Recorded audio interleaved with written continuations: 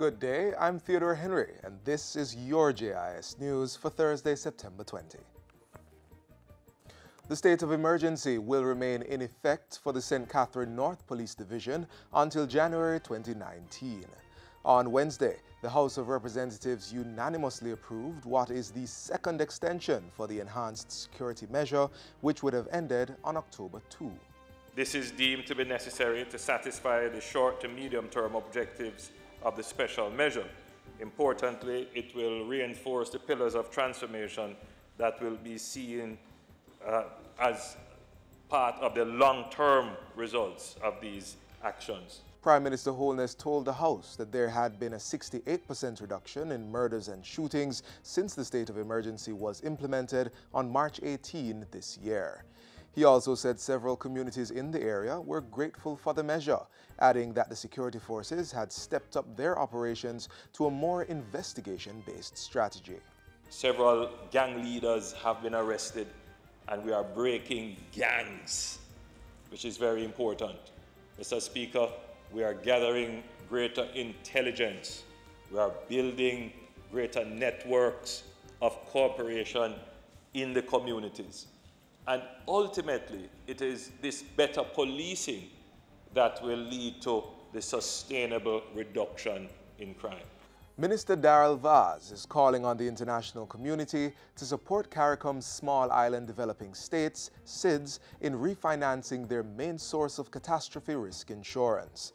The Caribbean Catastrophe Risk Insurance Facility, CCRIF, provides countries in the region with insurance coverage for earthquakes, tropical cyclones, and excess rainfall.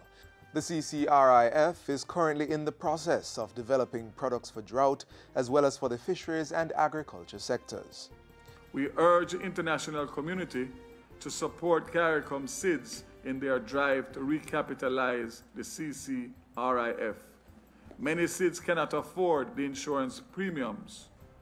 Maybe it is that the G7 group here today can help us in relation to that aspect. Minister Vaz was addressing Wednesday's plenary session of the G7 ministers meeting on the environment, energy and oceans in Nova Scotia, Canada. The September 19 to 21 meeting aims to come up with solutions on climate change, clean energy and plastic pollution. Minister Vaz also called on the international community to reclassify CARICOM's Small Island Developing States so they can access funds at concessionary rates to build disaster resilience. Government has opened the first transitional living complex for females exiting state care. The facility, which was built at the cost of $135 million, was opened in Kingston on Tuesday. It will house 40 females aged 18 to 21 years old who will benefit from life coaching to prepare them for independent living after a 2-year period. I think this project is a testament to the shared vision across administrations about what is needed to strengthen our child protection service. And that is why the project hasn't stopped. In fact, what we've tried to do is accelerate the project and expand the project. The transitional living complex includes single, double, and 4-bedroom occupancy, shared dining and kitchen area, a laundry room, and a manager's suite and office. The state minister says plans are far advanced to open the second transitional complex in St. Andrew and a third in St. Elizabeth. The welfare of the poor in Trelawney has been boosted with $1 million of additional funding. Local Government Minister Desmond McKenzie says the money will be provided to the Trelawney Poor Relief Department. The Poor Relief Department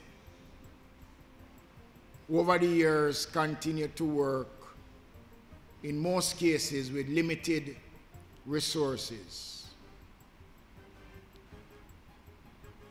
They lack the requisite tools to carry out the job. And in most cases, they operate in conditions which are not really conducive for the role that they play.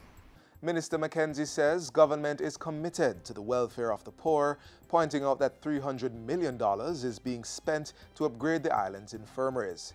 He was speaking at a recent sitting of the Trelawney Municipal Corporation. While there, the minister handed over tablets and desktop computers to the parish's Poor Relief Department and 9 councillors. The Ministry of Health is warning parents and teachers to be alert for persons who will try to sell or give substances to children. The warning comes after 19 children at a primary school in St. Thomas ingested unprescribed pills on September 13 and 14 given to them by an unauthorized person. Most of the children, some of whom eventually complained of abdominal pain and drowsiness, were assessed at the Princess Margaret Hospital A&E unit after the St. Thomas Health Department was alerted by the school's principal on September 14. One child was taken to a private practitioner by the parent. The ministry says one child was treated for mild allergy and all 18 children seen at Princess Margaret had blood investigations done that were normal, but the liver function tests remain outstanding. The incident has prompted the health ministry to remind parents to educate their children about not taking unknown substances which may appear harmless and look like familiar items such as sweets. In the event of the accidental or intentional ingestion of suspicious items, persons are advised to seek immediate medical attention.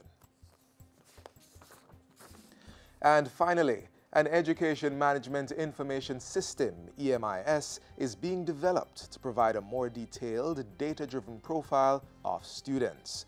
Education Minister Senator Ruel Reid says the EMIS will be supported by information from the National Student Registration System, capturing biographical and other data on all students entering Grade 1. He says the system will support better planning and management within the education sector and allow the ministry to intervene and give special support where necessary. The Education Minister was speaking at a recent Regional Data Security Conference in Kingston. And that's it for JIS News Today. I'm Theodore Henry. Thanks for watching.